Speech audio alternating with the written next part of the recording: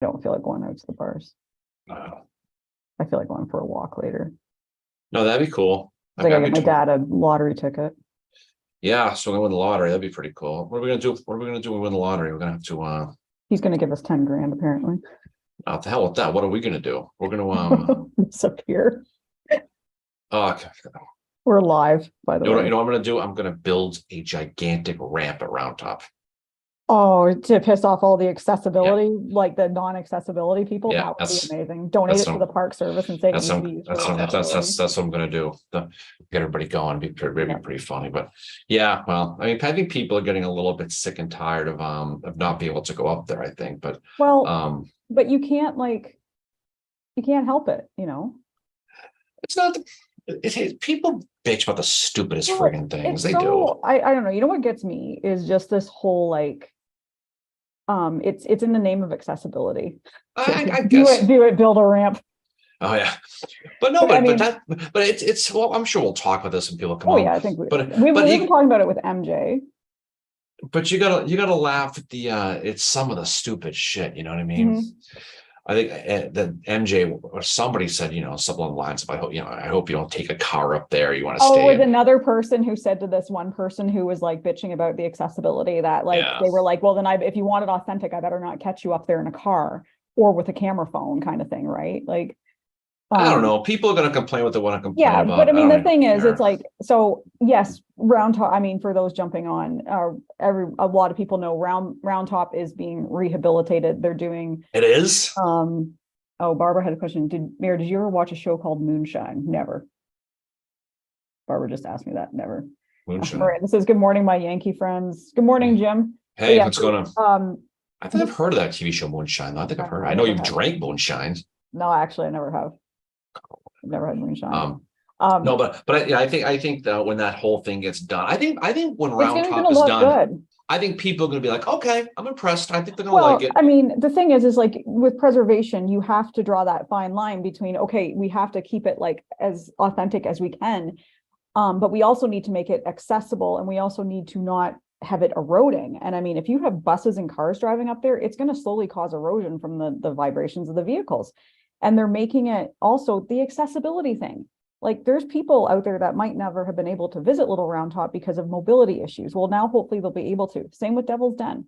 And it's one of those, and you know, I did say to one of the people on this national park post, I did say, like, if you go and look at other battlefields, like you go to Franklin or you go to like, you know, Murfreesboro where Jim is, you know, like there's not much left. So we're lucky that we have all we do at Gettysburg. It's the same with Chickamauga. And I know people at Chickamauga got pissed off one time because they were doing a controlled burn. And they're like, why are you doing this?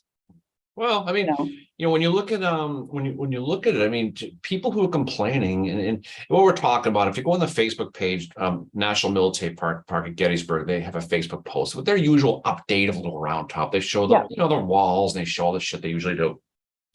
There's a few people on there kind of being dicks about it and talking about lack of, you know, why handicap accessibility and blah, blah, blah. Which to me is totally it is. But I mean, just because, you know, I hate to say it, just because you can walk that hill today doesn't mean you're gonna be able to walk that hill tomorrow. So I mean, these will be the first people who are bitching there's not an elevator running up the side of the 4th and 5th Texas up the side because their fat ass can't make up the hill anymore. That's I mean, I hate to say it. They sell reenactor cut shirts for a reason, Mary. I'm just saying. I know. But for real though, but just history should be meant to be held, you know, accessible by everybody. It shouldn't be me. Could you imagine being in a wheelchair or something like that, and then you can never go to Round Top again because what they had to move a rock that no one saw ever, but it was there at the time. But and then it's like, how do you know that's exactly what it looked like in 18? Like, you know, how are you like, doesn't look like it did in 1863? What battlefield does? They don't. And well, there's one guy who says, I hope there wasn't any witness trees taken down. So I read that. I mean, they know the people know what they're doing up there. They know what the trees were. They know what's important. They're not taking away the Vincent Rock. They're not taking away the witness trees. They're not taking away my secret place where I smoke cigars. They're not taking that away. So you know what? If they put a walkway in and they put a wall in and they add a couple extra parking spots, they widen. You know what? It's just, how about this? How about go before you bitch and see how it looks? looks. Yeah. I bet you're gonna like it when you go. That's my opinion. Yeah, it really ticks me off as someone who has people in their family with mobility issues that, it's like, well, how would they be able to access it? And that's the thing. Like, it's accessibility. And yes, these rehabilitation projects, they tend to run over time, and that's what's happening. But if they rush it, you're not going to have it done properly. Oh, good morning. My favorite comment was, I hope they're working 40-hour weeks to get this thing done. Like, these people, nothing, but these people are standing on a hill with a shovel. It's 100 degrees. It's hot as hell. And you're bitching because you can't go watch the sunset when you go there. And I mean, come on, people. These are also people that only visit Gettysburg, though. But let's just not be a dick. How's that for an idea? Jim said preservation is a must, and people who are bitching about handicap accessibility do not deserve accessibility themselves. I agree. Yeah, that is true. Accessibility is so important. Well, there's nobody has any empathy anymore. Mary everybody worries about themselves, and that's the problem, and that's the issue. So anyway, just some of the comments were like, and then it's one of them. I'm like, so you don't care about accessibility, like you are against it, and they never. Well, I'll tell these people what you need to do. Then is you need to park at Devil's Den. You need to walk up that hill, and you can follow the path of those Texans. You can walk up those rocks and those weeds and those snakes, everything. And if you want to be authentic while you're out there, you can get ticks, and then you can get Lyme disease. So yeah. Lemon Lyme disease. So anyway, so that's what else is going on. We took this conversation for. Well, we knew we were going to talk about that. And we've been talking to our friend MJ about it, and some of our other friends too, about, the accessibility. Like Jacob mentioned that he had a friend who has, CP, wouldn't have been able to get up to Devil's Den without those steps. That's really something right there. Down the hill. Yeah. Well, I mean, I don't, people. No, but I mean, but you look at somewhere like, for instance, Chickamauga is like, it doesn't have the same type of terrain that Gettysburg does. But there are areas that are tough to get to at Chickamauga. You saw it there. All battlefields, like you have to make them accessible, and they all need restoration work. Gettysburg is just like right front and center right now because it's probably the most popular one.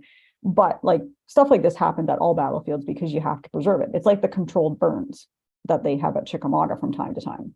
And then people get on the Chickamauga, like the people at Chickamauga will be like, oh, we're doing a controlled burn. And someone's like, you're ruining the battlefield. It's like they're putting it back to how it looked.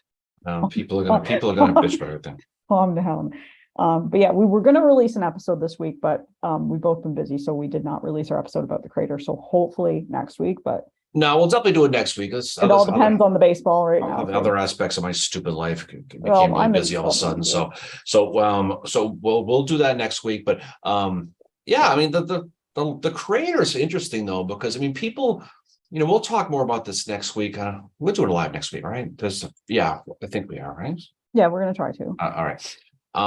But it really, and you study it, it's fascinating because people think that that's kind of the big battle. It's the third offensive at Petersburg. It wasn't even the primary battle. I mean, first Deep Bottom on the 27th, a couple of days before. Jeez, that sounds innuendo-y. Oh, tell me about it. Let's go to Deep Bottom. But it is pretty funny. But you have, Deep Bottom was supposed to be guys like Sheridan and Hancock going up against Ewell and Richard Anderson. And that was supposed to be the primary attack, is to pull the Confederates, to pull the troops away, basically from Petersburg. And that fell on its dick naturally, and it fell apart. And so this crater thing is interesting because it was kind of the secondary plan. It's like the B-side. Yeah. But and it's funny because if you look at if you read some of the stuff, especially Grant's memoirs about it, he talks about how, the crater was always supposed to be the big thing, and it wasn't.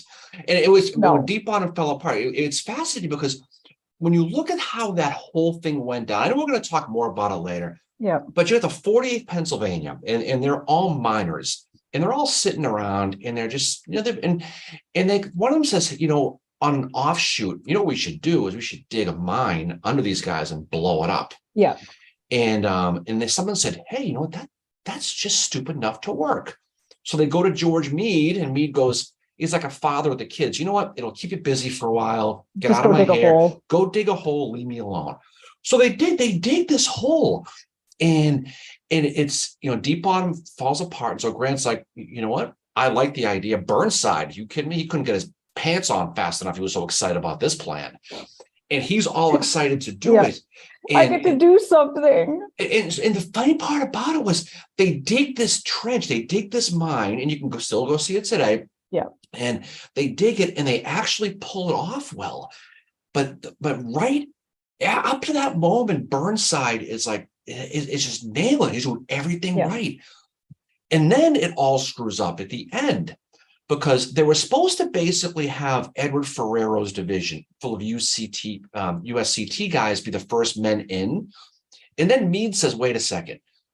If whoever we send in first is probably going to get their asses kicked, because you're going to make a thing called Pegram Salient. And it was about 8,000 versus about 6,000 guys. And he goes, politically, do we really want to send the black troops in, get slaughtered, and then have the white guys in to kind of clean up? He goes, we can't do that. He goes, so Ambrose, you decide, you got 4 divisions. You need to decide who you want to send in.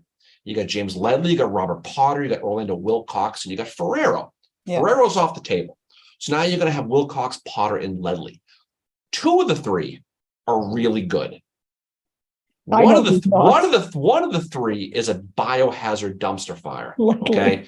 And instead of picking Potter or Wilcox, you know what Burnside does? Pick Ledley.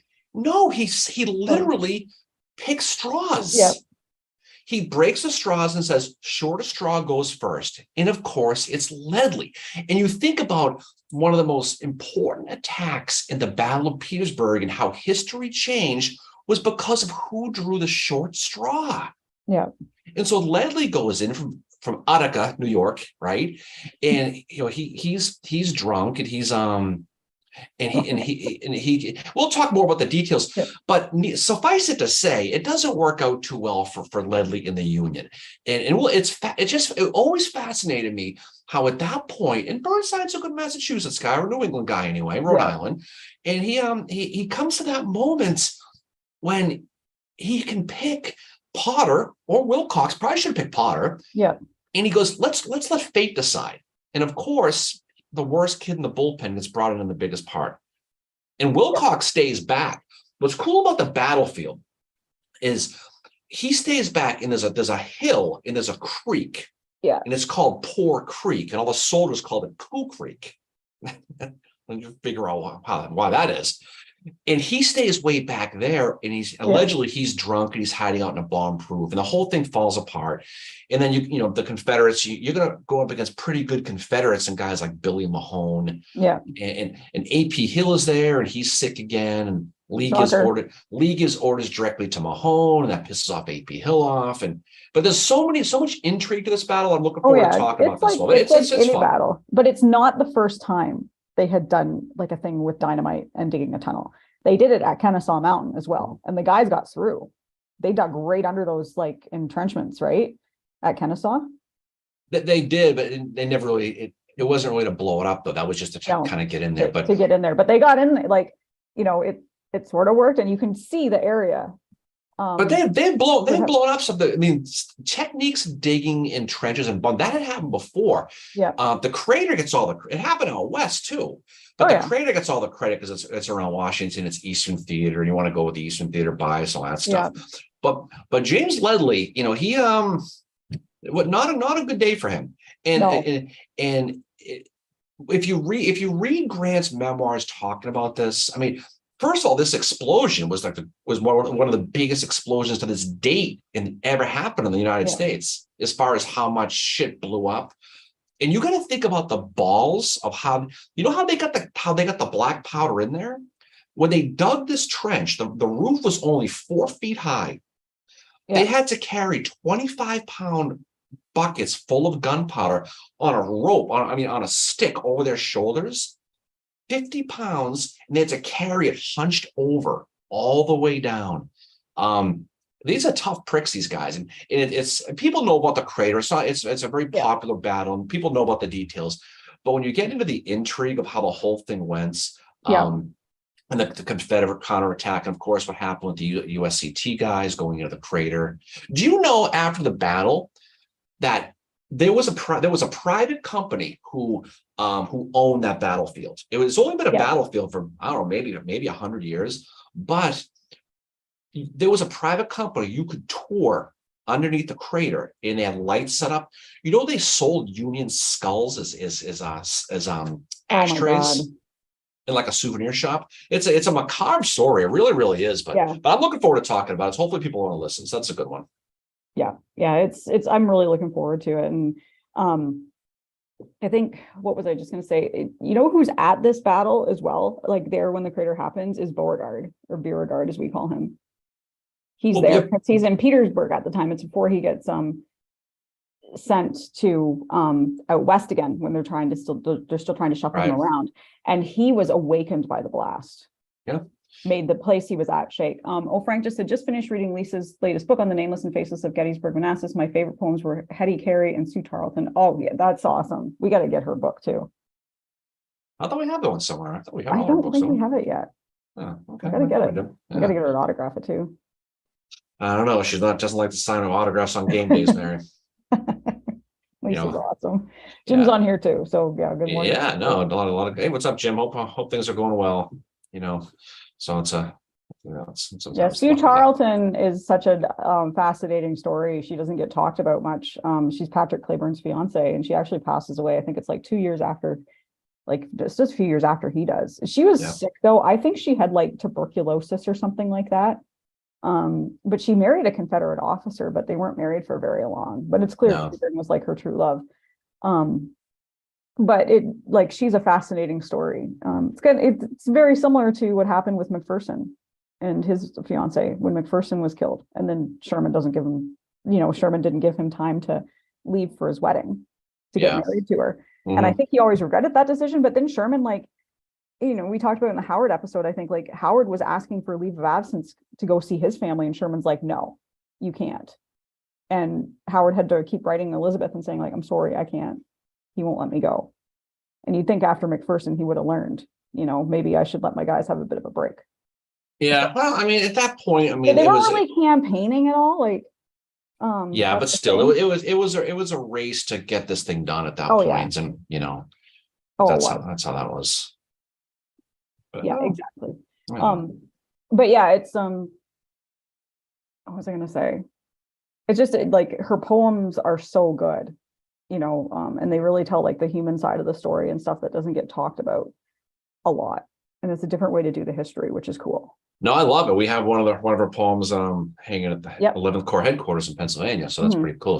So yeah, her stuff. And I think she'll be doing a book club later in the year, and we got to schedule a main at Gettysburg Book Club, Mary. We got to get on that. I know.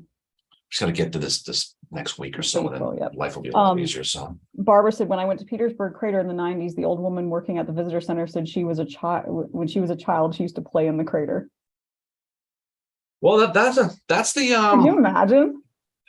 That's the. I'm gonna go down to the old crater and play in it. People used to drive. I mean, people would ride bicycles on it. I mean, there was a lot of stuff going. It wasn't protected for a while, and if you go, you can still see the indentations, like the cave-ins. I'm sure they'll never excavate it, because why would they? But there's still a lot. There's still a lot. Well, there might be, could be, but there are a lot of places that tunnel still, portions of the tunnel are still there. The crater is blown up and then it's all dented out, but you can look at the path of the tunnel and you can see the undulations there, right? Rolling hills. Rolling hills. But you can see some of the collapsed parts. And what was brilliant, you think about some of the technology of these people. They had to dig like air vents to do this, and this is all under fire. And there's a cool story where one of the engineers dug a vertical pit into it, and basically built a fire in the bottom to draw the hot air, pull the air out, and made like a ventilation system while the miners were digging it. So then, and there's other cool stories too of guys like Pleasance, and he's trying to find out where to dig this tunnel. He's camouflaged. He puts like a burlap sack over his head and cuts eyes in it, like one of the Muppets, one of the Peanuts characters.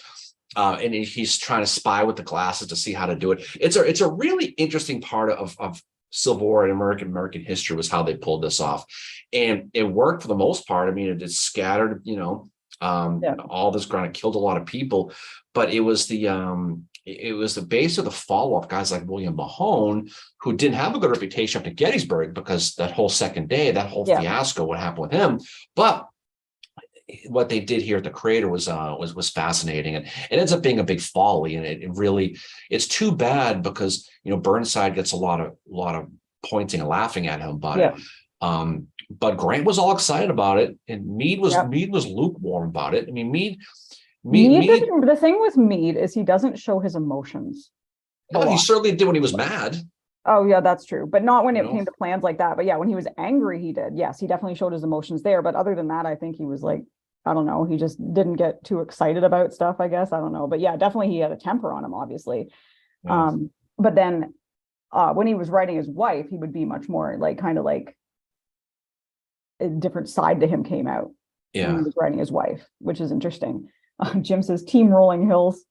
How that thing has been going on since the beginning, but Jim's been with us since the beginning too. I will literally fight that undulation for the rest of my life. I will die on the undulation, Mary. I'll die on the rolling hill. AQ mentions during Cold Harbor and the siege of Petersburg, Winnie Boy let my poor Barlow leave to go bury Arabella and even arrange transportation.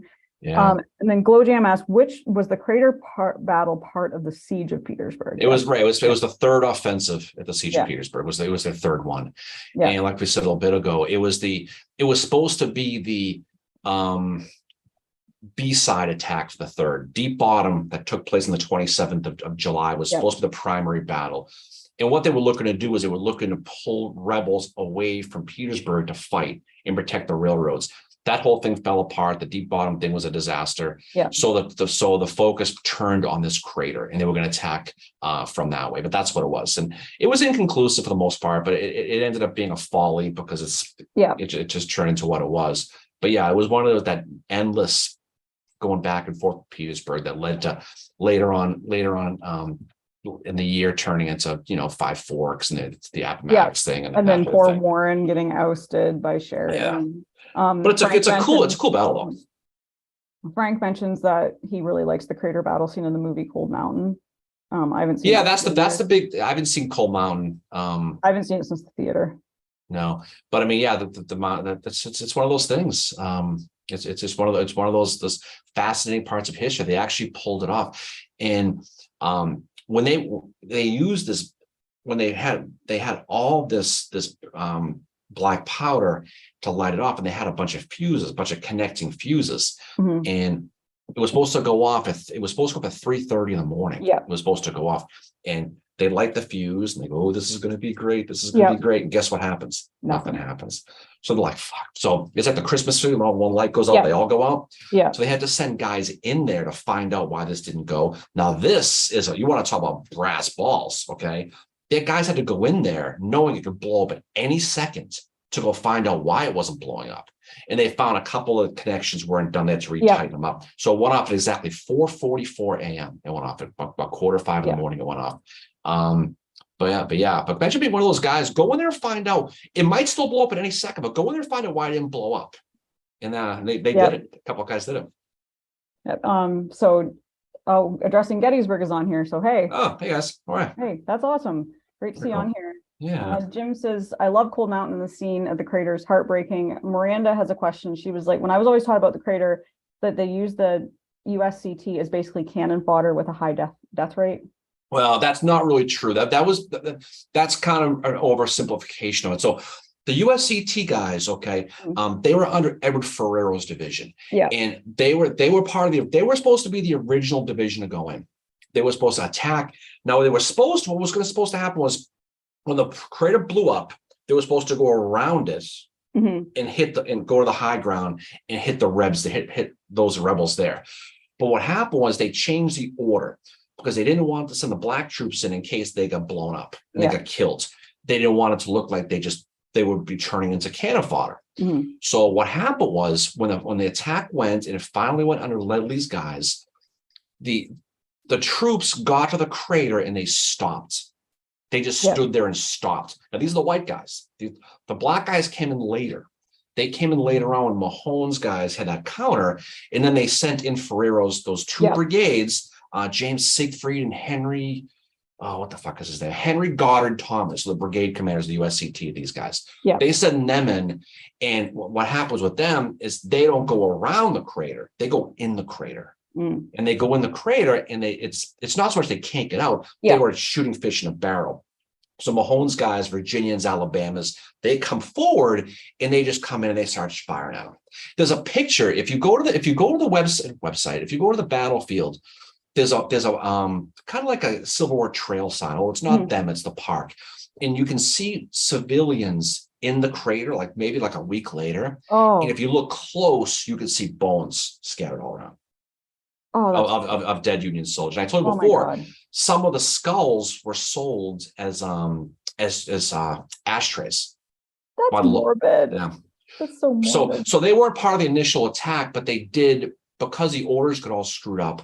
And I'm not sure what Edward Ferrero's doing in this whole situation, but but that whole thing got screwed up because Ledley's guys stopped and they didn't go around it. Yeah. And so it just ended up at that point turning into a free-for-all, and there was really only so many guys. I mean, you're talking 15,000 men at this battle. We're talking about a big battle. And the USCT guys they weren't all black guys, but they went into the Thomas's guys and Siegfried's guys went into the crater to get through it, and they got stuck and they just got shot. But what's interesting was when Mahone's guys learned, and there's some good quotes about this, when Mahone's guys learned that there was black soldiers that were to be fighting, they said that some of the quotes, they were never more motivated to fight at that moment. And they had an opportunity in their minds to shoot and kill these slaves who became soldiers.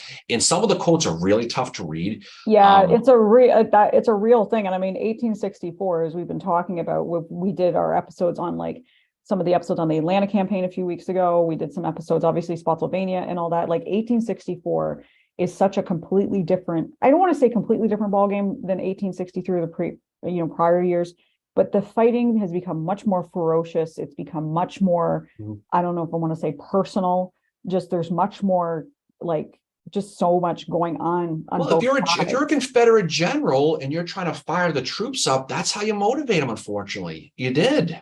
Yeah. You know, I mean, we were talking about the New York riot thing, how the media was firing up they were firing up the Irish up based on racism and economic divide. The rebels, if you're a Billy Mahone or these type of guys, I mean, I haven't seen a quote where he personally said something like that, but a lot of his subordinates did. So that's the motivation they used. But this thing was this was a slaughter. It was. And when you look at how the shame about the whole thing was when you realize that the whole shit show happened because Burnside allowed fate to determine which of his 4 divisions, literally picking straws to determine who attacks first. And fate, which must have been wearing a gray kepi that day, allowed Ledley to lead it. And Ledley's going to stay back by old Pooh Creek. He's going to get banged up on grandpa's old cough medicine, and he's going to be hiding in a bomb-proof hammer drunk, okay? Kind of like Call Me Maybe Time, Baltimore Pike coming out of the Union Cigar Shop that day with you, Mary. And what'll happen is it's going to lead to really a really bad situation here, because it's all because we said before, the big 3: communication, terrain, and weather, right? This one's communication, because you could not have asked for a worse guy to lead this than Ledley. I mean, pick all the disasters. It's it's kind of like, and I mean, when has that happened before in the Civil War where you pick a person to lead stuff? I mean, I was kind of questioning Howard's decision to have Wood lead the guys. Who is this Howard you speak of? At Pickett's Mills, because Wood doesn't have a great reputation. But he picks them anyway, and it doesn't go well for Wood. But poor Thomas J. Wood. I mean, this is the guy that, he doesn't mean to screw up at Chickamauga, but he does because he has to follow orders. And then he gets to go in at Pickett's Mill, and he doesn't want to. He's like, I really don't want to do this, boss. But Howard's like, you have to. Well, you got to follow orders, Yeah, and exactly, you have to follow orders. But like Ledley is just this. He's almost sad to say he's almost like this comedic figure now. just because it's talked about, Well, all the you thing know is about- he gets banged up. He gets The drunk. thing about Ledley, though, is it wasn't like he had a great day at Antietam or fought at Gettysburg. Mm-mm. Okay, he came on board late. He was Battle of North Anna, Siege of Petersburg, and the Crater. That's all he did. After the Crater, he was sent to the moon. He was see you later, right? But it wasn't like he had. So when you look at, we've talked about some of the legit incompetents who fought this. Okay, now Yeah. admittedly, this being said, most people on this chat, myself included, would probably do no better. Okay, Well, that's the thing, is Right, we so- can look back at it. so it's easy for me to Monday morning quarterback when I couldn't do it either. Okay, that being said, you look at some of the guys we've talked about, guys like Phil Sheridan, right? Yeah. Guys like Pemberton, guys like Pendleton. There are a lot of people who who just wrong guy, wrong time. Yeah. You could talk about Al Iverson at Gettysburg. I was just thinking that of whole Iverson. thing. You could talk about guys like that.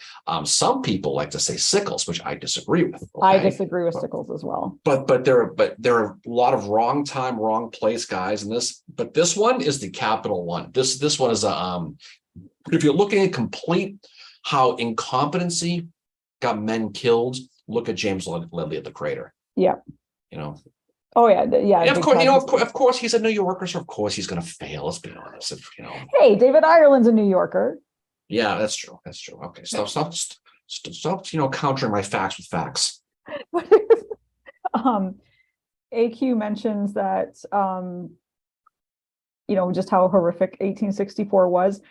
Ben is on here from Texas, and he said he got to attend the Texas Civil War Museum last week in Fort Worth, and he was pleasantly surprised. So he suggested as a visit if anybody's ever in the Fort Worth area. Well, definitely. I got to get back to Texas. I used to live in Arlington. I've never been to Texas before, ever. I used to live in the old Metroplex. I used to darken the door of many of those establishments, Ben. So I need to get back down there again. I will say, and I'm sure Ben will agree with me, Fort Worth is significantly better than Dallas as far as the stockyards.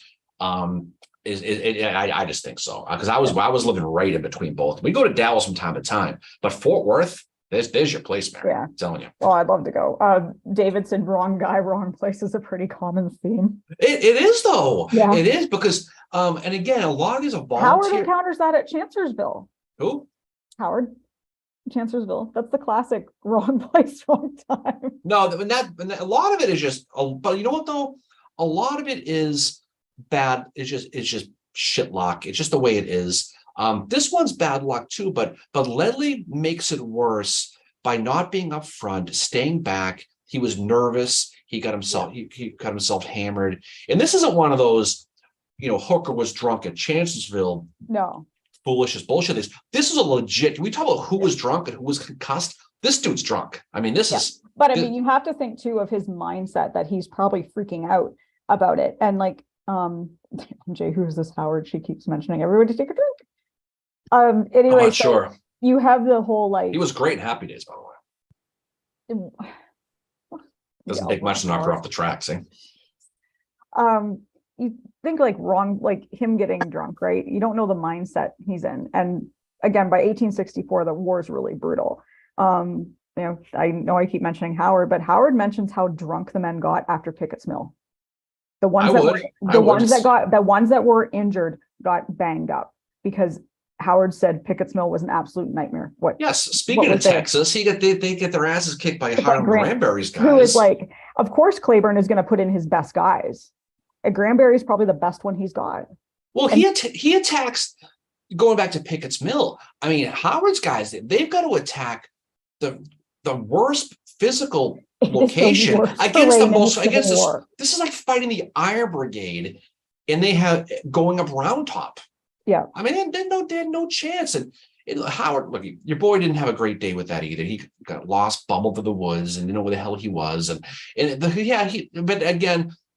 You go into those deep brush of rural Georgia. It's not, you've never been there before. The internet sucks. Waze isn't going to work. So you have to find a way to get there. Yeah. And so it's tough, but those repeated attacks up at that ravine, that's a tough one too.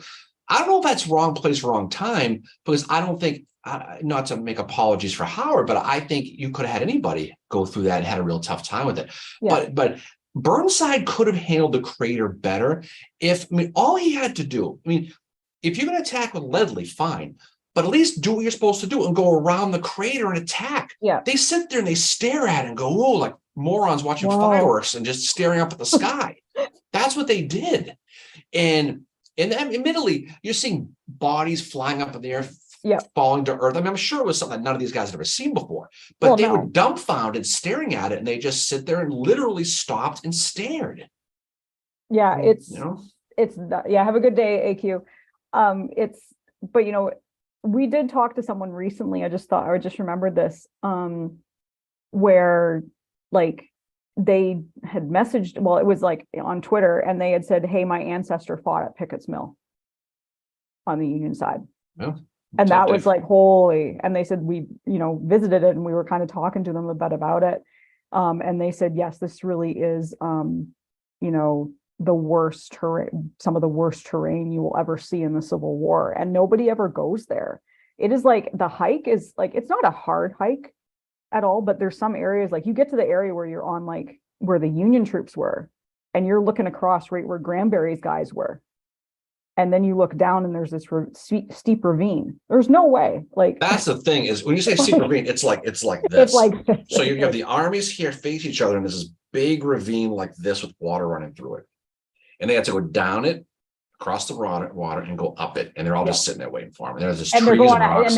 And it's again, and I mean, now granted, Granbury's got a great position, but Granbury's also one of the best fighters in the Confederate Army. Like, no, he was. You had a lot of people up there, fighting with that army. Joseph E. Johnson. You could say what you will about him, but he was smart enough to put his best troops on the flank. The one vulnerable place that he could be hit was his right flank, and he strengthened it with his best guys. Yeah, Cleburne had, like I was saying last week, Cleburne's subordinates were one reason why he was so good. He had good subordinates, and he knew how to use them. Like he's got Granbury. He's got the bishop's nephew, Lucius, I think Lucius is really underrated in how good he was. He's obviously a lot better than his uncle. And then he had, was it Hinman? Thomas Hinman, yeah. Yeah. And Hinman was like kind of the party boy, like we've talked about before, but Granbury by far. Thomas Hinman was like Casey Affleck, is what he was. I love Casey Affleck. But that's what he was, though. He wasn't Ben Affleck. He was Casey Affleck, but he was kind of the wild man about the whole thing. Oh, hey, Tyler's on here, Unfiltered Historian. Hey, Tyler, what's going on, man? I think Tyler was somewhere recently. I think I followed on his Facebook, and I think he was some battlefield. I'm blanking on it in life. Yeah, that was fun when we did his live stream with them. That was cool. Yeah, no, I really enjoyed that. No, they do a good job. That's a lot of fun with that. They really do. And Unfiltered Historian, we have a lot of MJ's, Gettysburg, these honored dead. There's a lot of people on here who, and AQ's got her Barlow page, which she's always posting interesting stuff about that.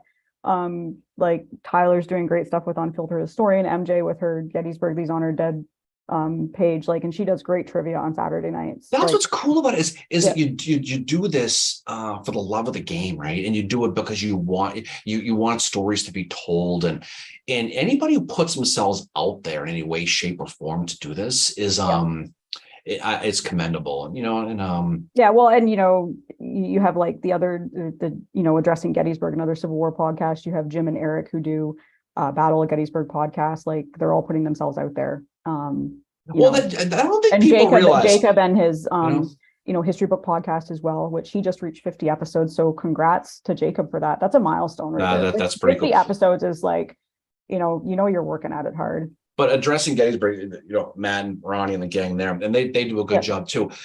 And they know, I need to tell Matt this. When you put yourself out there, you open yourself up to people in this field, the people who, you weren't in the Army. What the heck do you know? Those people. Yeah. And then you get the people. And the funny part about us, okay, is we try to play it straight. We've been accused of being Southern sympathizers. Yep. We've been accused. What else is the stupid shit we get? We're too Northern. We're too Northern and Southern. That's a pretty good trick. Yeah, that's amazing. Because there are some people that if you say Patrick Cleburne was the best the Confederates had, he was a good general. If you say Robert E. Lee did a lot of things after war to help reconciliation. If you say James Longstreet was instrumental in desegregation in the schools in New Orleans. Yeah. Guess what? You're a Southern sympathizer, because some people are just fucking morons. I'm sorry, they are. Oh, They are. I agree. I mean, I've taken shit for the Claiborne stuff before. I've taken shit for studying John Brown Gordon. I take shit for studying Howard. Like, I mean, I don't want to surprise you, Mary, but last I checked, there are 2 teams on the field here. I agree. Right? You can't study. And I mean, just because I study John Brown Gordon or I go visit his grave does not mean I'm agreeing with what he did. The guy was kind of a prick, but can't deny he was great in the Army. He was one of the best that Lee had by the end of the Civil War. And when you talk about how good some of these guys were, and the Union still beat them, it still tells the story that the Union had pretty good guys too. But Yeah. you have to tell the story. Look, I have my own personal feelings about a lot of things with the war, but doing this, you absolutely have to keep it on. You have to keep it on the level, as some people like to say. Yeah. Because you have to be able to tell the story so you can kind of keep it somewhat unbiased. Now, again, I've got things that I think, I got things that I feel, but at the same time, I can study other aspects of life without feeling that's bad. I can admit that Derek Jeter was a great ball player. That doesn't mean that I'm some sort of Red Sox sellout, right? But there are people who feel that that giving any sort of light to talk about anything is somehow sympathizing for their entire cause. And there are a few legit clowns on social media who beat this drum. And really, how else are you going to study it? You can't. And like Tyler just mentioned, I was called a traitor the other day because I sell both Union and Confederate cappies. Well, you are a traitor, Tyler, for that reason.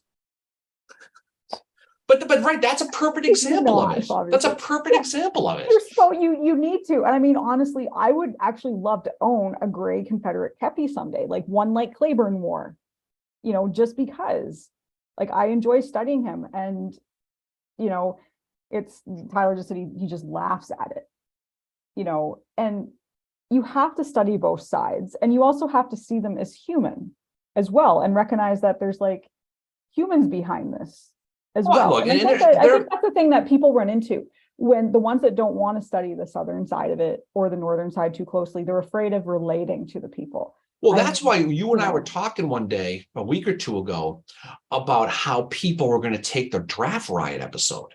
Remember?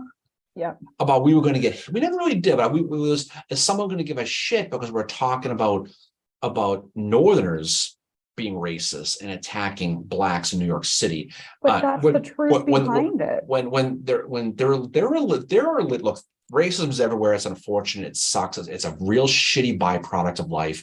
But the concept of everyone here in the North was Frederick Douglass and some Garrison in these abolitionists. It's just not true. I grew up in this city of Boston. I'll tell you, we had busing riots here. In my lifetime. So this stuff happens, and you have to tell the whole story because that's what history is. It's a story, and you can dislike it, you can hate certain parts of it, but you still got to tell it. You can't pretend it doesn't exist because it makes you uncomfortable. Right, exactly. I think God forbid someone relate to Patrick Claiborne. And honestly, I'll tell you one way I relate to Patrick Claiborne is the fact that he immigrated to this country. He was not an American, and he came here and he, similar to I moved here as well. So in some way, I feel like some kind he's doing the same thing, right? Same reason I relate to Sarah Edmonds. She was a Canadian who left because of she left. She came here because she felt so strongly about the Civil War, and I don't know, you just relate to them, whether they're Northern or Southern. It's okay to relate to them. You don't have to agree with why they fought. I mean, the thing about it, the people who do this, and Jacob, Calorie, AQ, all the people we talk about, I'm Tyler. You try not to put your personal opinion into it. You just try to tell the story. Now, if you're doing it right, you're pissing somebody off, right? Yeah. Oh, exactly. And the more people you're pissing off, it means you're you're doing something right. You know, MJ gets it all the time. I know, you know, like Jacob has, I know Freaking MJ. Matt probably does. Nobody but- steps in it more than MJ. And Oh, I feel bad for I her. feel bad because MJ Henyon is one of the smartest Civil War people I've ever met. And I'm telling you Yep. point blank, she just is. She knows her shit. She puts herself out there. But when you do that, you open yourself up, and she just hits it. It's just, I feel it's sometimes you just gotta laugh. We were down in Gettysburg with her at the house talking about this, and you just have to shake your head. But you know something, you take that as a badge of honor, because if you know it and you can talk about it, you're opening yourself up, and you're going to get hit. But that's the downside. That's the reality. But and you just kind of like, I've learned, like, you just have to kind of roll with it. You know, like it's. Jim mentions you can see Claiborne's Kepi at the Tennessee State Museum in Nashville, which we were planning on going to Nashville in a few years. So we will, you know, definitely be going to see that. And I want to see his jacket, which is surprisingly at Appomattox of all places, because Claiborne fought in the Western Theater. Yeah, somebody got it. So, you know, I think you just have to see these guys as like humans. And like, you think about some of the shit, like, you know, Hessler told us that one story about someone threatened to shoot him at the mine for insubordination, which is like. So Hessler is, you know, everybody knows Jim Hessler. He's a so big, nice. He's one of the nicest guys you will ever meet. He's a battlefield guy at Gettysburg. He's written a bunch of books on Sickles, the Pete George. Everybody knows Jim. So he's at the mine one day, and because he speaks well of Sickles, someone says Jim should be shot for insubordination. Can you imagine that look on his face? Like, how do you even respond to that? The same way he looks at the Yankees standings right now. That's the look he had in his face, probably. Sorry, Jim, but both of our teams suck, so we got to embrace it. Hey, but my team got in a big fight yesterday. You did, yeah. That was That's pretty funny. But that's the downside of this whole thing is you look at the overall big picture with this stuff, and it's you know what? Unfortunately, social media is different. I'm willing to bet the people who attack us and MJ and all those people on social media wouldn't have the stones to say a word to us at places like Foursquare, because that's just society. That's just how they are, because they can hide behind the keyboard, you know. And like, so Kevin said, what's tough is seeing what the younger generation is getting taught. Whenever I take school groups to Arlington National Cemetery, sometimes I'm shocked with how even the basic history they don't know. Yeah, it's not just the younger generation, it's others as well that don't go out to learn more. They read one book about Gettysburg, you know, say it's Sears, and you have a very skewed view. I mean, Sears's book about Gettysburg is great, but you've got to read everything else, because Sears does have bias, especially against Howard. And that's a big thing too, is when just remember too, when you're reading, question what you read, because every author, whether subliminally or because you want to, is putting their spin on it. And this is not earth-shattering news. No. But what I find, and we've talked about this before, is if you're going to read one book on a subject and it happens to be Sears, and you're going to read his book on Antietam, right? Yeah. You're going to come away with that with a very negative view of Howard, negative view especially of McClellan. And that's his opinion, and there's nothing wrong with it. Yeah. But you have to realize that there's other sources you can read that kind of dispute a lot of that stuff. And the more you read, the more balanced you get. And I realize not a lot of people read this stuff, that do this stuff. No, but a lot of people on here do. And, you know, the other thing too, is if you read Sherman's memoirs, you will never know that the Battle of Pickett's Mill existed, because he did not talk about it. And that's one of the reasons why Ambrose Bierce refers to it as the crime. The crime was not just the slaughter that happened there, but it was also the fact that Sherman didn't talk about it. And that, you know, going out to see those sites from the Atlanta campaign, I have a lot of, like, it definitely stirred like up in me this kind of questioning Sherman more on how, I mean, Sherman's competent. He's not Grant level of competent though. Even Howard mentions that in his memoirs, that Sherman could drop a great battle plan, but by God, he couldn't execute it. And there were times when, you know, most recently had the anniversary of Ezra Church. There was a couple times where Howard said they're going to attack. And Sherman always said, no, they're not. And there was one time before Ezra Church where Howard's like, they are going to fire on us. And Sherman's like, ah, they're not. Next thing you know, the Confederates open up on them. And all Sherman says to Howard is, you were right. Yeah. The same thing happened at Ezra Church. Sherman's like, they're not going to attack. And Howard's like, you know what, they are. I can tell. And Howard was right. That shows how much Howard learned. But you go and visit some of these sites from the Atlanta campaign, and if all you read is Sherman's memoirs, you're going to have a very skewed view of it. I do understand that, like, yes, the goal was to get Atlanta, and he got that. But go to someone who fought at Pickett's Mill and say, well, we got Atlanta. They're not going to say, oh, that's great. They're going to say, well, what about what happened to us here at Pickett's Mill and the men that died? That's the thing. It's not just about getting Atlanta. You have to remember all the shit they had to do to get Atlanta.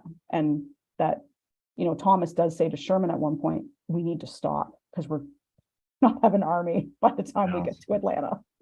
No, I mean, that's the thing is that the what he did as far as just ripping through Georgia like that. Yeah. And you saw the same thing with Overland with Grant, was just keep throwing men at the machine because attrition is going to work. And you realize how bad Spotsylvania is, and especially Cold Harbor. Yeah. And neither of these were really great Confederate moments either for Lee. Spotsylvania, he screwed that up by pulling the artillery from Ewell. Yep. Cold Harbor, he had no reserves. He happened to have a good defensive position.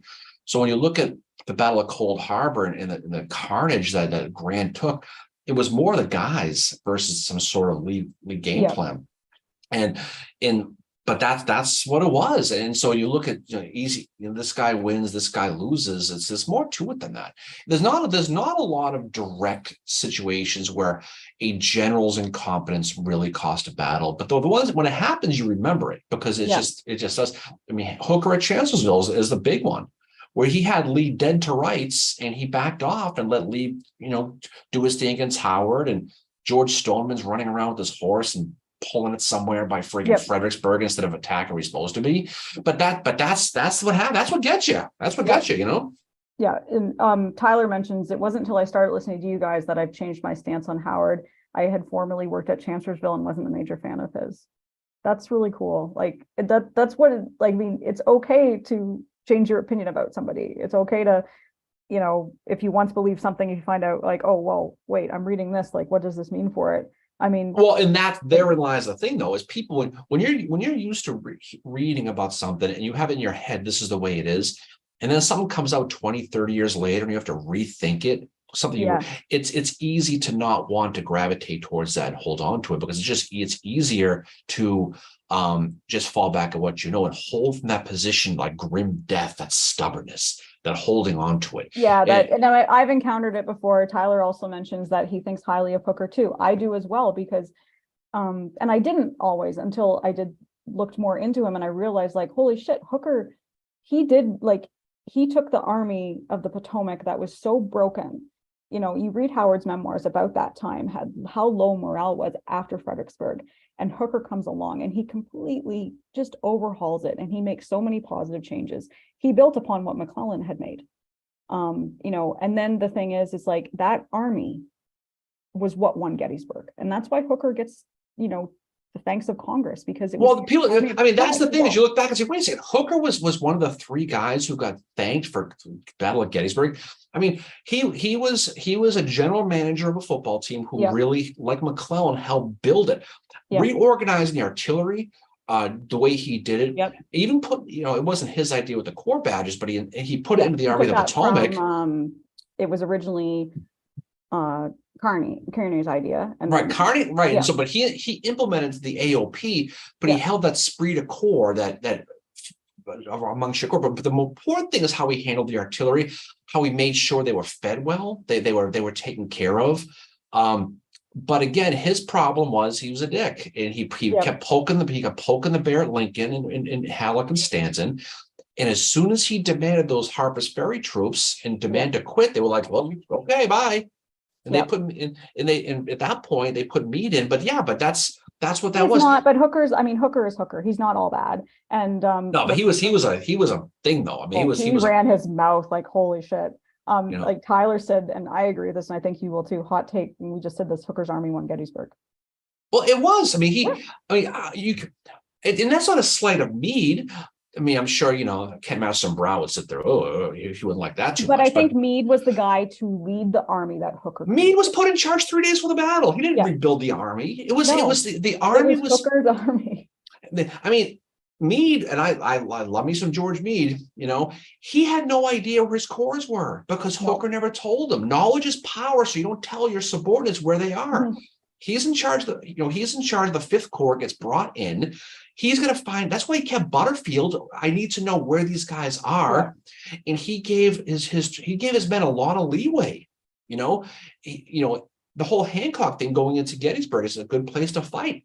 This is him entrusting his corps commanders that Hooker never did. So he took what Hooker built and kind of, Hooker built the car as it stood, but Meade drove it and pushed the right buttons. Yeah. But there's that, there's that Hooker sucks. Hooker was a joke. Hooker was blah, blah, blah. But people, when you look at some of the things that a lot of these guys did, you can't dismiss some of the things that they did positively and just accentuate the negative. Right? Yeah, that's what, and I mean, I've been called out for how much I respect Hooker as well. They're like, well, look how he was, blah, blah, blah. He's an asshole. He ran his mouth.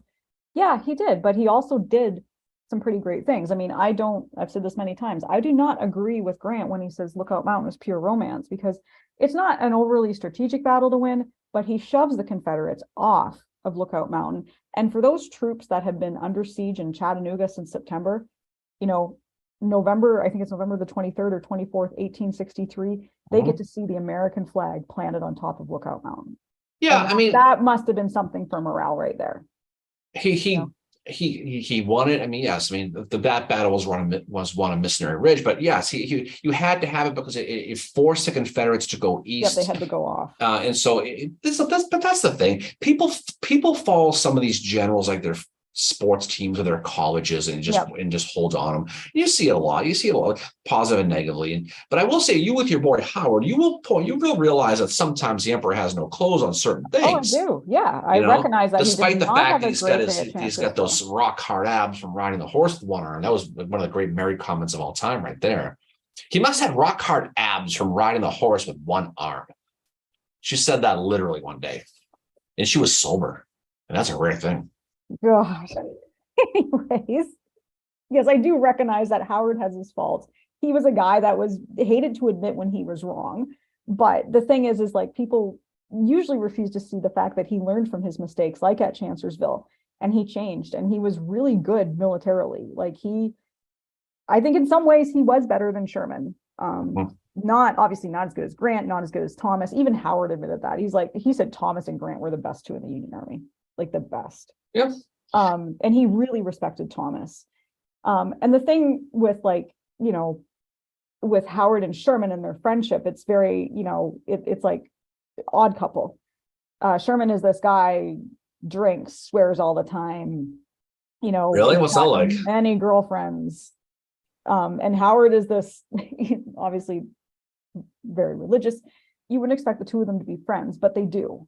And Howard talks a lot about the time he spent with Sherman after the war in his memoirs. It's quite clear that they respected each other, even though Sherman gave him shit for the Freedmen's Bureau, told him he should not, basically told Howard, you should not be an abolitionist. This does not look good for the army. And Howard's like, I'm going to be an abolitionist.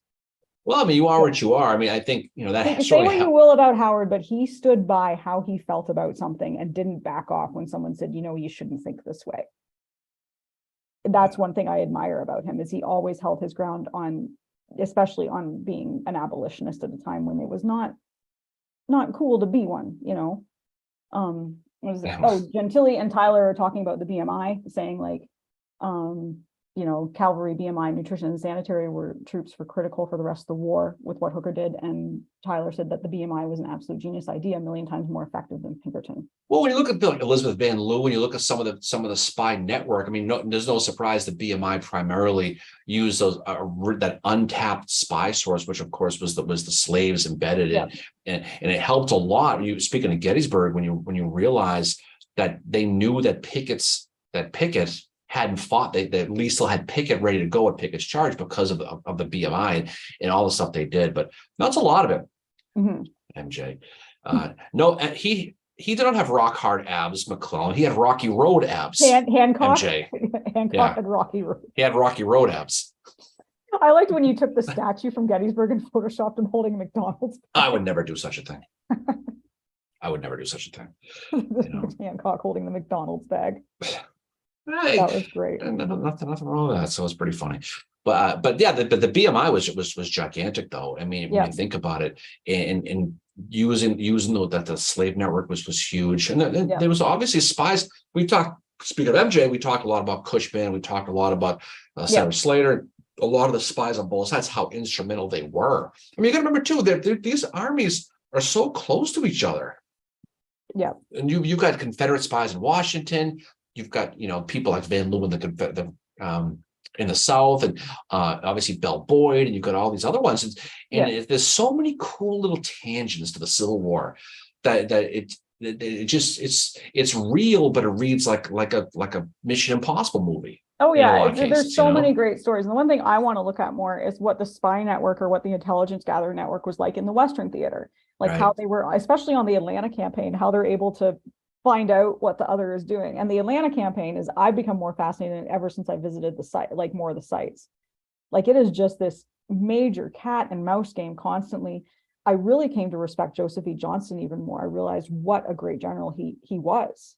For doing what he did. He knew exactly how to get Sherman and just keep him moving along, right?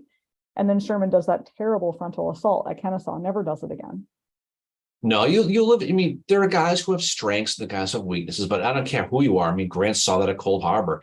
Lee learned that at at Gettysburg. When you attack a fortified position in its fronts, even with more men, it doesn't work out. It just doesn't. Yeah. And it's, obviously 1864, we talked about this, it's a completely different, like it's horrific compared to 1863. 1863 is bad. So it's 1862, 1861. It's all horrific fighting. But 1864, you have this whole new ball game, right? And, the Atlanta campaign is just, it's got example after example of how horrific the fighting was there. Like Howard said so many times in his memoirs writing about the Atlanta campaign, I've never seen anything like this. He even mentions like how bad Gettysburg was and Antietam. And then he said Pickett's Mill was so much worse. Oh yeah. Think about how small the battle Pickett's Mill is. And he's comparing it, saying like, this was like Gettysburg was kind of a walk in the park. Well, Gettysburg was like 10 battles in one though. Yeah. I mean, if you just take the first day, of McPherson's Ridge, Oak Ridge, that's one of the biggest battles in the war right there. And you look at the fact of, the peach orchard, Barksdale, you look at the wheat fields, 26 acres of wheat, where you've got troops from, the Third Corps, the Fifth Corps, the Second Corps, the Fifth Corps again, going back and forth over 2 hours. That's a big battle in itself right there.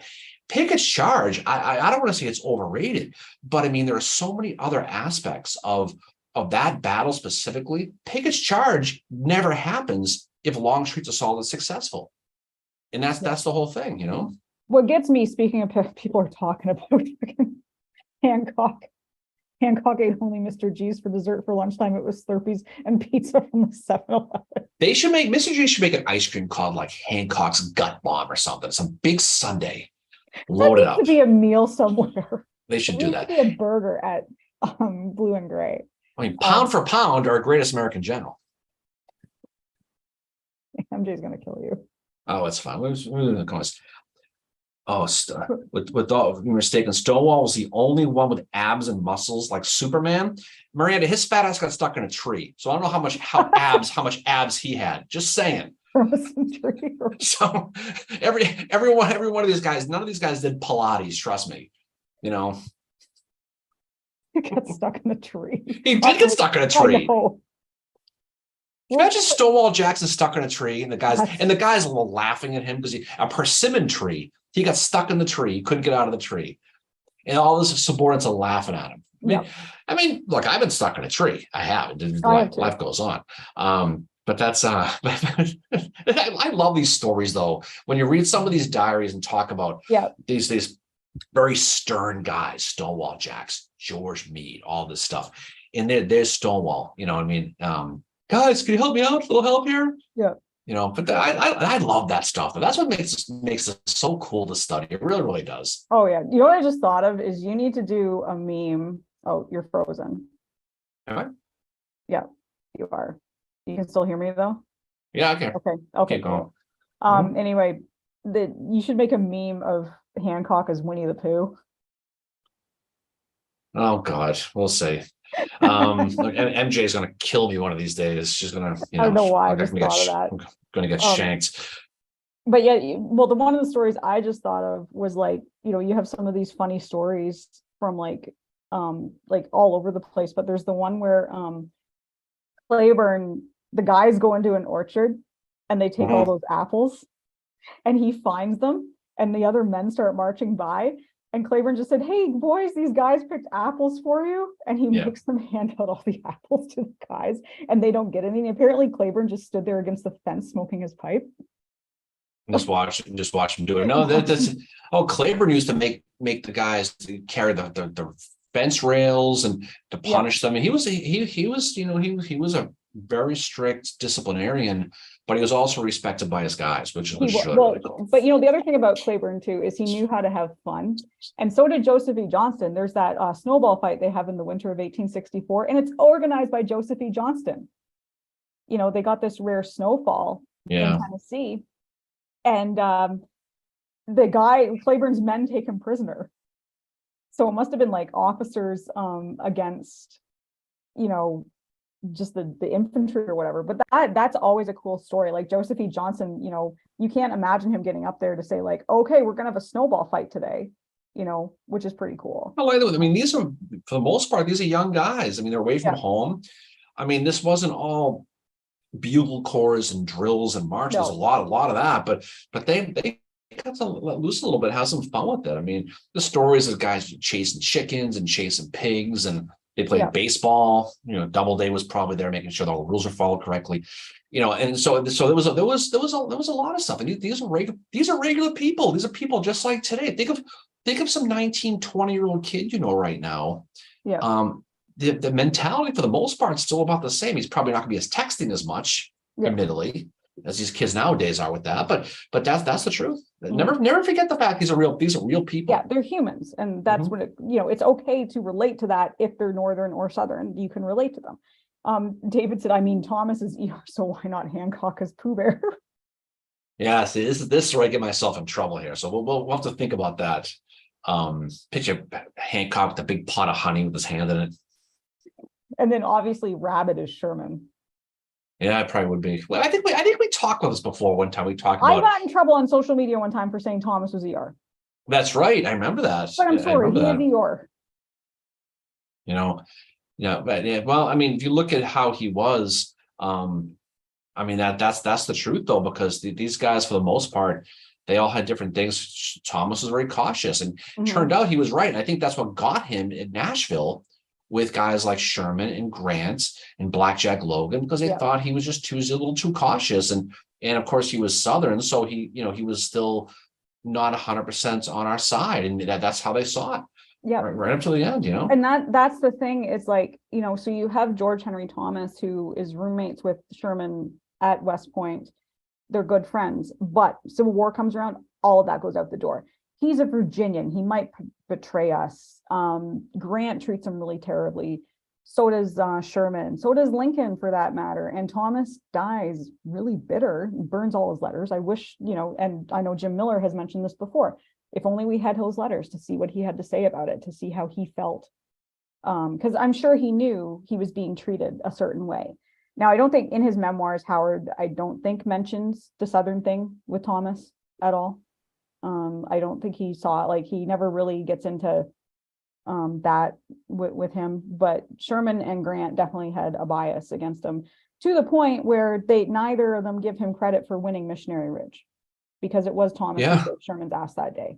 And when you go to that National Cemetery in Chattanooga, and he talked about after that battle not separating the men by state, because he said, I'm sick of states' rights, put them all together. We went to that cemetery. And if you go to the cemetery, you'll see the men, unlike Gettysburg, all mixed, New York, Massachusetts, from all mixed up and just not split up by state. And that was because of George Thomas. Yep, he was sick of it. He's like, I'm sick of states' rights. And it's probably because he's this guy from Virginia and he chose to fight with the Union, which, Lee didn't, obviously, and others as well. But Thomas was like, I'm going to do this.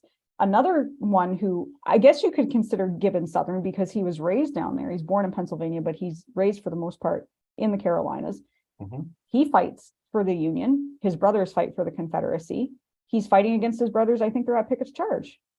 He's firing cannon at them, Well, I mean, look at Jeb's father-in-law, right? Yeah. He fought for the Union, and Jeb had that great quote.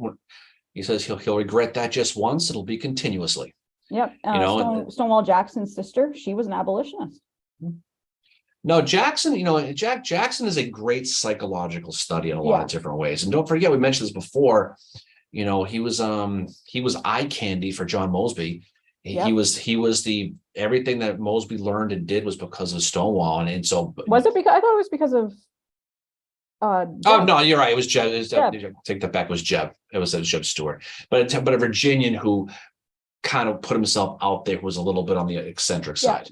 But that's how it is. You have to look at it, and he was obviously a hero at VMI, and he was one of his students when he was teaching at VMI, challenged him to a duel.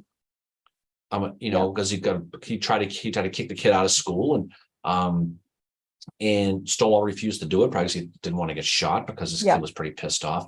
And this kid ends up being someone who will take over the Stonewall Brigade later after he died. That's so it's a small world with this stuff. It really, really is. Yeah. And I mean, I've read a biography about Jackson before. I find him a fascinating character to study. He's not my favorite. I will always say, in my opinion, like Claiborne was way better than him in like a lot of ways, but Jackson is still part of the story of the Civil War. And I have studied him before.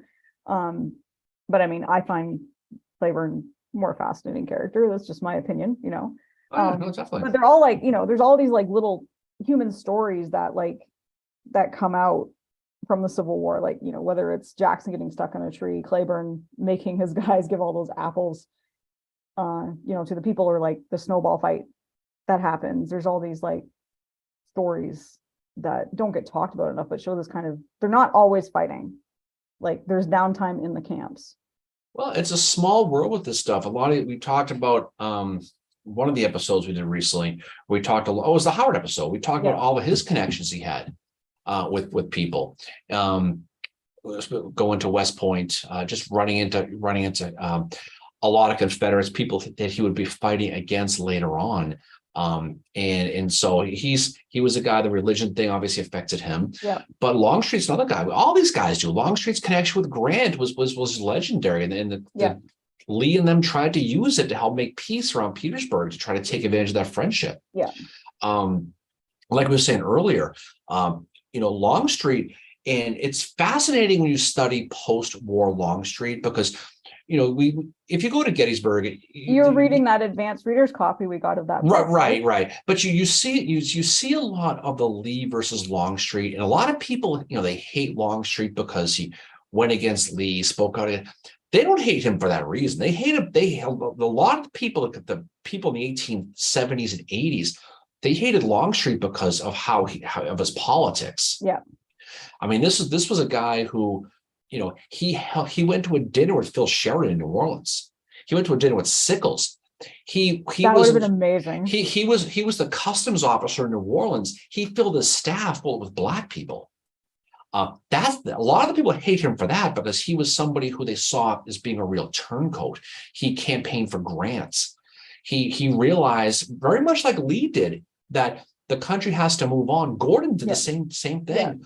But Longstreet was a A-lister, top-level Confederate general who was now telling in interviews that we need to have Blacks need to be able to vote. We need things like this. Was heresy back then, and his historical memory sticks with that, and they find different reasons to hate him as time goes on. But that's the genesis of it. It's nothing to do with Gettysburg and fighting defensively, getting between Washington. It's the fact of his politics after the war. And then people pigpen onto that. It was fascinating about Longstreet. He got shot in the back at Wilderness. His voice was affected the rest of his life. He had to talk in like a wheeze. So he's giving speeches sound like the little kid from Malcolm in the Middle. Oh my God. The rest of his life after the war. So it was I'll tough. never want to hear that now. But he has a tough, he has a tough go of it.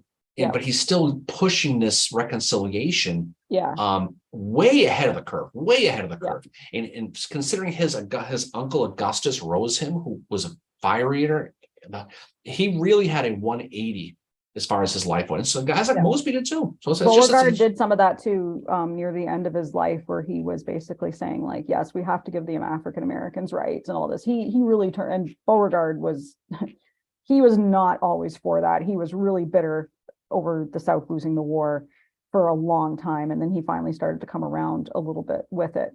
The other thing I just thought about Sickles, and we were talking to Hessler about this a few weeks ago, but Dan Sickles gave a speech at Oliver Otis Howard's 70th birthday party. And we were asking Hessler if he'd ever, if he knew of the speech, and the three of us don't know about the speech, but you figure it's probably a roasting. I think it probably would have been. What did you say that Sickles probably said? Was we gave an arm and a leg for this? Well, I can see Sickles and Howard getting up there right now, putting his arm around him, saying, "We gave an arm and a leg for this war." And that's because I would have gone with that. That's what I would have said, and I bet you Sickles would have said something along those lines. Yeah. I mean, this Sickles is the guy who, speaking of Longstreet, went to that Confederate reunion in New Orleans and stood on his chair with one leg and sang the national anthem, Star Spangled Banner, in front of everybody. And that's what the balls of that. Oh my God! And it just goes to show who these people were, right? Yeah. But I would just love to get a transcript of whatever Sickles said at Howard's party, because he's the only. There's another guy I think they're from Gettysburg as well, but Sickles is kind of like it. He's one of the ones that gave a speech at Howard's 70th birthday party. It was held in New York City, which Howard was living in at the time. Right. And I just find that so fascinating. Like, here's Dan Sickles making a speech at Howard's birthday party. And Sickles, he came out of that Tammany Hall machine we talked about last week with a lot of the stuff, and you can see that he was a popular rubber and chicken type, rubber chicken speaker at these things, because he was colorful. He had great stories. He was a war veteran. He obviously lost a leg, but as time went on, he became popular, and he used that influence nationally to push a lot of things, like the Gettysburg National Military Park, for that example. But it's really fascinating to see the connections that these guys made afterwards, and that they all remained, they all remained friends, talking, to the ends of, the end of their lives. Like Howard was in New York City at the same time Sherman and Slocum were, and they often went out together. And there were guys like Jeb Stuart not Jeb Stuart, Jewel Early, who never got over it. Admittedly, I think even Beauregard tried to be like, dude. Well, Lee did. Lee told him we have to be together, and he's like, fuck that. He goes off to Canada. He goes off to Canada. He's going super sex on friggin' Montreal probably for friggin' weekend. Strip club. So I hear. But that's what he probably does. He just some people got it, some people didn't. But guys like John Gordon, they realized that the only way to get power back in the South and have democratic rule in the South again was you had to integrate, you had to get back, you had to get away with these military districts, these elections again, because it was a third world country in the South after the war. They had their thumbs on, the Republicans had their thumbs on them. So no matter how you voted, you were going to lose. You were talking about rigged elections. That's how these things all were. And Gordon realized we need to get the hell away from this. Yeah. Hancock was one of the military governors down there. That's how it was. And that's the one thing that Beauregard hated, was the military governorship. And he realized, like, okay, we have to basically move forward in order to get rid of this. And say we're going to do certain things. And he changed his opinion quite a bit. Like I said, he was not happy with the ending of the Civil War. He was quite bitter for a lot of years, considered leaving the country, but never really did. He went over to Egypt and all that. He did some traveling, and he was kind of propositioned to hey, do you want to leave this army? But nothing ever came of it. And he finally decided to stay in the US. think he ends up involved in the Louisiana State Lottery as well. He helped create that. He's also involved in, shockingly, railroads. Yeah. Which a lot of them do. He really helped to make that grow in Louisiana. Well, Louisiana and Georgia are fascinating post-war studies. Okay. You got the Bourbon Triumvirate going on in Atlanta with Georgia. And I don't know if Kevin's on here. Kevin, are there Georgias in Georgia? I just wanted to ask that question if you're still on. I'm not sure if they were or they weren't, but you have those two states specifically who are really trying to come around. Louisiana was basically in Tennessee, for that matter, especially East Tennessee, were really held by the Union. Yeah. But they were, I'm pretty sure Louisiana was the first state to ratify the 13th Amendment, I think, from the South. I think it was, yeah. But these states were heavily held Union during the war in a lot of cases, what helped out with that.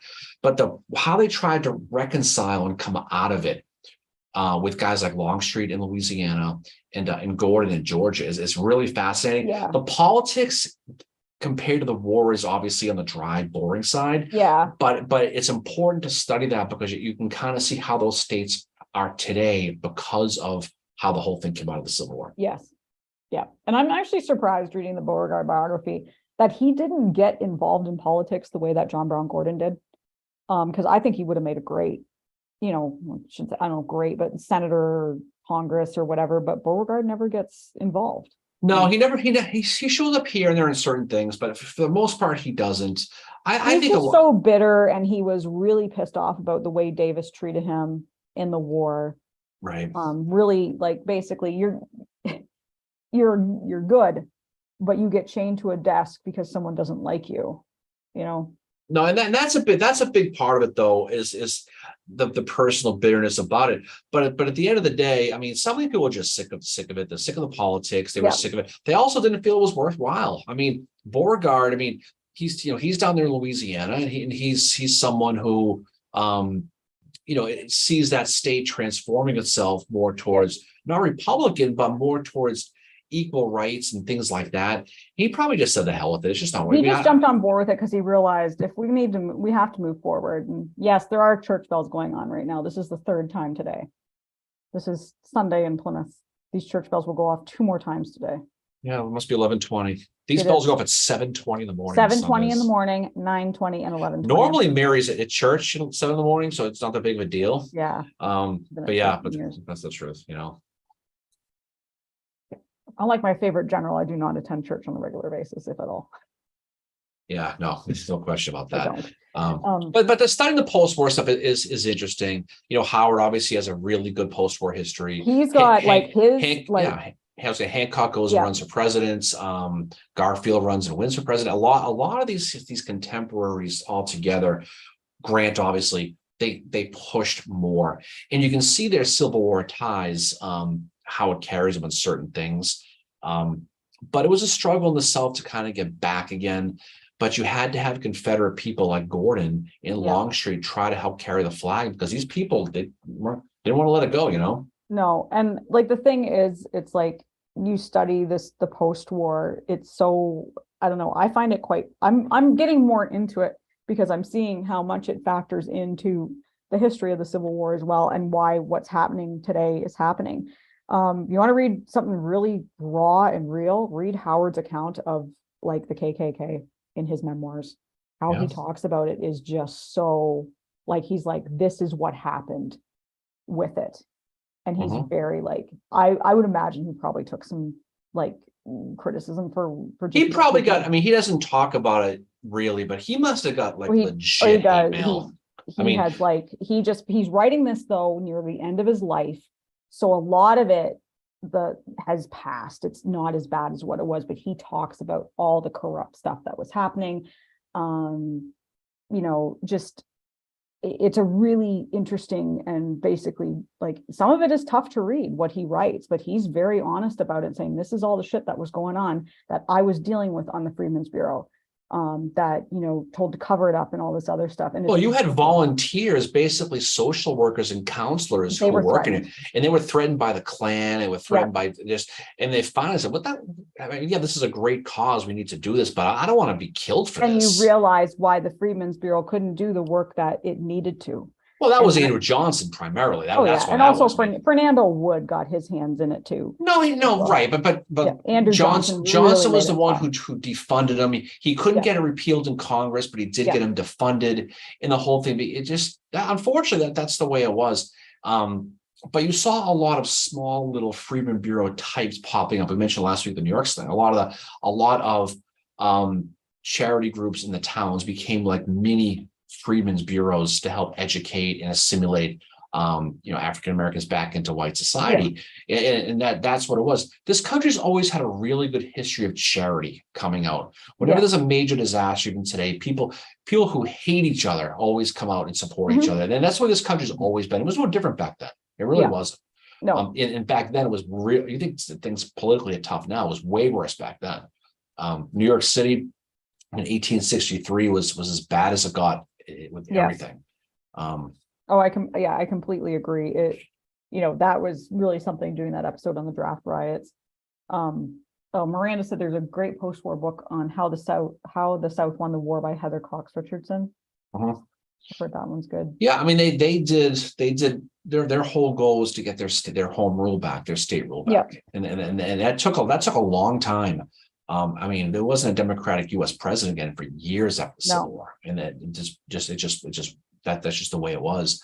But again, we talk a lot about the assassination of Lincoln, how it left those fractures in place. The country had to find a way to reconcile under Andrew Johnson, who was the worst possible choice at that point. He was just, I think when Lincoln picked him, he wasn't thinking I'm going to get shot in the head. No, of course not. I mean, they hadn't happened before, but Hamlin was a main guy. I mean, who knows how he would have been? I mean, I think he would have been more of Lincoln's type of his policies. But Johnson went into it with his own theories, and he was not a good guy.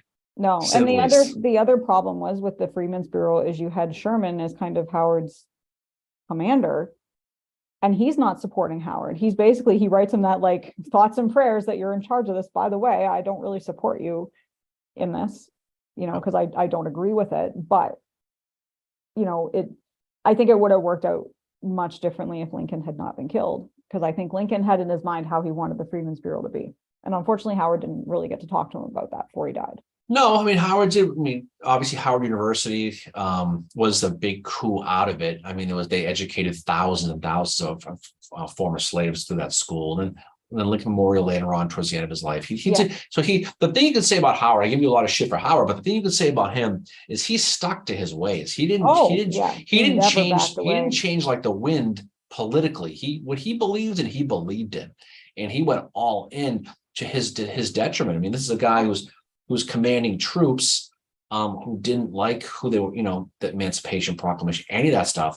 But he also, he tried to add some sort of moral type of thing and that is what ultimately got him. But that's you can say a lot of things about Howard. You can't say that he was a fraud, that he changed with the wind politically, because what he believed in, he stuck to, no question. Yeah, and I mean, the one thing I've always wondered, and I haven't been able to find it yet, is how he felt about Ebenezer Creek. What he thought. You can surmise. That's what's good about this, is if you study someone close enough and you get to know them sort of, you can get a good idea. He must have been disgusted by that. Yeah, he had to have been. And how his relationship with Jefferson C. Davis and Jefferson C. Davis didn't like him. Jefferson C. Davis went out of his way every time he was around Howard to make sure he dropped like an F-bomb every other word. Yeah. And, Sherman would say things that Howard was the best soldier he had, but they didn't get along totally either. No, they were friends and they remained so after. Who hated Howard was Hooker. Mary. Oh, I know. Hooker was not a fan. Blamed him for everything. And he even said, like, Hooker gave an interview near the end of his life and said, I knew Jackson was there. Bullshit, you did. He had that quote where he said Howard was basically a woman in man's clothes. Yeah. And that's a real quote. Howard just, you know what? He doesn't slam Hooker in his memoirs. I'll give him that. He's just like, whatever. No, he lets it roll off his back, which must have been very difficult to do, because Howard, obviously, he had a lot of things. It wasn't like he was Charles Tilden and disappeared off the planet after the war. Yeah. And there's different levels of people, obviously, but he went on to go fight out west with the Indian Wars. He came back. He did a lot of stuff politically. And he made sure that he'd lived up until the day he died. He was, he ran Lincoln Memorial University, and he really went all in with everything he did. He wasn't on the golf course, retired, like a lot of people. Oh, that would be interesting to see a one-armed man golf. Saw a one-armed guy throw a no-hitter for the Yankees one time. Jim Abbott. What? Jim Abbott pitched for the Yankees. He had one arm. He threw a no-hitter. Are you? No. Yeah, it's true. Well, you only throw with one arm. He had his glove in one hand, and he would switch it and throw. As he was in motion, he would switch he would his one arm. He did it. It's honest to God truth.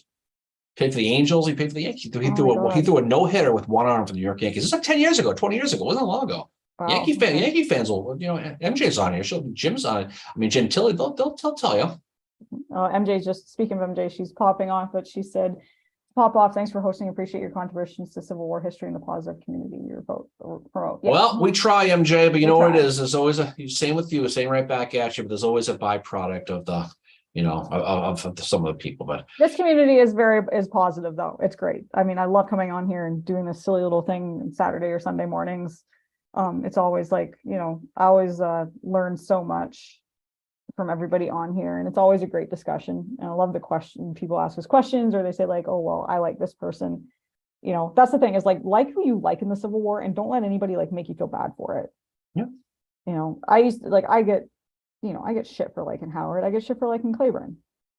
Well, I think both dropping Twitter personally was a best concept for I just got sick of it anyway, but I did too. I dropped Twitter like 5 or 6 weeks ago. But we kept the podcast Twitter. We both dropped our personal ones because for one, it's a huge time waster, and it wasn't like anybody was really there was nothing constructive. It just turned into a waste time. A lot of the changes being made on it, and a lot of the negativity. It's an easy thing in life to get rid of. So that's how it was. So Yeah, no, it's I'm just glad I dropped it. Much better headspace now, but like but I feel like I can, before I was worried about what people would think of me on there. Like I was afraid to post a picture of me with John Brown Gordon's grave, because I thought, shit, I'm gonna get shit for this, even though I'm not there, like obviously not worshiping him, but I'm visiting his grave. Mm-hmm. It's John Brown Gordon. I'm not going to go to Atlanta and not see John Brown Gordon's grave. Does not mean I'm a Southern sympathizer. Well, there are certainly people with, Southern sympathizers and stuff like that. So there are a lot of morons in social media. Yeah. That's just not exactly breaking news, but there are a lot of bitter, angry, small people on social media who attack people for no reason, and that's just the way it is. But anyway, get ready to shut this down here pretty soon, right? Yeah. So Jim says, "You mean X?" Gentili said Abbott was amazing. He pitched and popped the glove onto his disabled arm. I mean, it was actually fascinating to see. I mean, what's good about the Yankees is like many things in history from previous centuries are really good. But, if you look at Abbott, he was a kid. I think he might've gone to Michigan, I think, actually. Yeah, he did. Sure. Yeah, David Maxwell pitched for University of Michigan. And he would, if you go on YouTube and you watch Jim Abbott pitch, how he did it was fascinating. And I remember he threw the new hit. I remember that it was probably early 90s, probably. I could be wrong with the years, but I remember watching it happening. It was really cool. I mean, it really, really was. That is pretty cool. But that's how that whole thing was. But Twitter, or X, how they call it now, or the hell they call it, is it served its purpose. So Yeah. Oh, Mike just said nice fight at the Indians game. Yeah, I am Team Ramirez on that. Oh God, can imagine. That was something. That was great. That was great because they both squared up like it was a hockey fight. They didn't just baseball fights are usually pillow fights and nothing happens. But they squared up, and Ramirez he's kind of a punky guy too. But he's not as bad as Anderson. Anderson is a first-class jackass as far as that goes. And so it was a good heavyweight fight. And Ramirez knocked him on his ass too. I know. I mean, Tom Hamilton doing the commentary for it from Cleveland side is great as well. Yeah, but it's pretty funny though to see that. Hey, that's the hardest Indians have fought in a long time. So I'll give them credit for it. Yeah, they haven't won a World Series since 1948. I know Civil War veterans were alive. Yeah, I'll give you support. You still support them. It would be easy to it would be very easy to to jump to a different team and give up on it. But that's what's good about sports for the most part is people stick with their teams, good, the bad, the ugly. Every team has their peaks, every team has their valleys. And if you're good for a long time and you hit the valley, it sucks worse because people give you shit about it, but Yeah. you just have to deal with it. All these teams, they all come back again. The Indians will rise again, Mary. Someday they Yes, will. I hope so. Who knows? Maybe Carlos Baerga's coming back. Who knows? Maybe that's how it is. Frank said his politics are his own, but he always loves studying both sides of the war. Frank is a cool kid. We got to meet him in person at Gettysburg. Well, that's how it's supposed to be. Yeah, That's he just- loves Claiborne, but he's like totally like he's us. He's Union, right? But he loves studying Patrick Claiborne. I find that like it's really cool. And like, yes, I love studying this guy. I'm not afraid to study this person. And that's the great thing is when you know, the one thing, like I said, I'm now not afraid to say like I visited John Brown Gordon's grave. Well, you know? Frank's in California, right? He's down in Cali. So, Yeah. so you have some Civil War in California. You can go see where Rosecrans died in Los Angeles. You go see where Cushman's buried outside of San Francisco. There is some stuff you can go visit. Yeah. So there is stuff out there. It isn't just a Virginia, Maryland, you know, type of thing. But we can we'll go for that, you know. Yeah. But no, Frank was on the Pickett's Charge walk with us. That was fun. We definitely do that. He was with us at in the tour at Spangler Farm. We hung out afterwards with him, so that was pretty cool. Met a lot of cool people that weekend in Gettysburg. It was a fun time. Definitely. All right, what do we say we jump off here? And we'll get ready to go. So it's Sunday. We'll take the rest of the day. So it's a beautiful day here. Lottery ticket. Found myself with an off day for my baseball world today, Hey, Mary. I got an off day too. I'm volunteering. Don't have to go to a game today. Everything worked out perfectly in Darren land, so we can not have to worry about going to baseball today, which is fantastic. I could stay off the Cape today, which is great. As we prepare David for. Maxwell just said free admission for anyone who was alive the last time the Indians won the World Series. Harry Doyle. That's a great movie. It's funny. Mary and I went to a bar yesterday before a baseball game we went to, and I'd been there. It's just a dive hole in the wall. It's like the Reliant Mine of Bourne, Massachusetts, and they have an autographed picture of Major League with Charlie Sheen and Tom Berenger, and I forget who the other one was. Maybe it was who it was. Dorn. Right. The actor who played Dorn, which I'm blanking his name right now. I forgot LA Law, and so I remember that, and so I'm like, I wonder if they still have that. I went over there. My picture, Mary, is on the wall. I know. They had a Jaws picture too. I meant to show you before we left. Yeah. But like the Major League is one of my favorite movies. And I love that like what's his face? Berenger is filming it around the same time he does Gettysburg. Yeah. Well, that's what's cool about that is you have that going on, and then you have Jeff Daniels getting ready to film Dumb and Dumber after Gettysburg. Having to switch roles. But anyway, all right. So when we jump off, it's always a good fun conversation. So we're going to record the episode of the Battle of the Creators. We're going to talk about Ledley. We're going to talk about Ferrero. We're going to talk about Josh Siegfried and the other Thomas. We're going to talk about all these guys next week. We are going to schedule our next book club, which is going to be the once baseball season is over. Yeah, we got some more one aspect of my life that simply keeps going on and on and on, which is great. But it'd be nice to get my summer back in Italy. But we're gonna go ahead and do that, and then and then we're gonna do trivia pretty soon. That another thing that reminds me, Mary, September 22nd. If you are going to be in the greater Harrisburg area, Cannonballs and Cocktails is going on at the National Silver Museum, and we are doing trivia that night. And it's a great event. People are going to dress up in period clothes. You can go talk to a lot of cool Civil War people. They're going to do a rare nighttime artillery demonstration, which is cool. Where they're going to fire cannons in the dark, which never happens. It's pretty rare to see. So I think if you go on the website, the National Silver Museum in Harrisburg, you can check the link. I think it's $75 a person. Yeah, which isn't that bad when you think about it. And couples are like 120 or something. Right. Going to a great cause. And 100% of the money goes to that museum. And if you've been to that museum, it's fantastic. It's better than one at Richmond. Not going to lie, it is. It is. It has better stuff.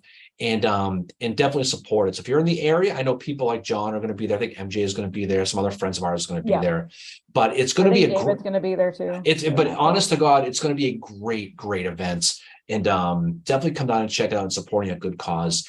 And it's just going to be cool. I mean, the night demonstration, like artillery is worth it enough. I'm going to see if I can get Mary Beth put actual ammo in there. We'll fire on Harrisburg, maybe. We'll see. But definitely we're going to be doing trivia. We're going to have books that from Bjorn at Lincoln Bookstop. Talk to him about that too. So we're going to be handing away books. We'll be doing a live trivia. We'll be there wearing our period clothes, doing trivia Yeah. with the microphone, giving away books. We're gonna have a good time with that. So it's all a good cause, and it'll all be a good time. And we can do all that stuff. So we're in good shape. So all right. So why don't we jump off, Mary? We have the rest of the afternoon. Enjoy yourself. Have a great rest of the day. Summer feels like it's winding down a little bit, Mary. It kind of Yeah. does. The weather is cooler. Yeah, which is fine with me. I like the cooler weather. I'm sick of this heat anyway. Thank you everyone for joining us for this. We'll be back with you guys next week, hopefully with a new episode as well. Yeah, as always, we appreciate the support very, very much. So thank you so much. All right, perfect. All right, guys, have a great weekend. We'll talk soon.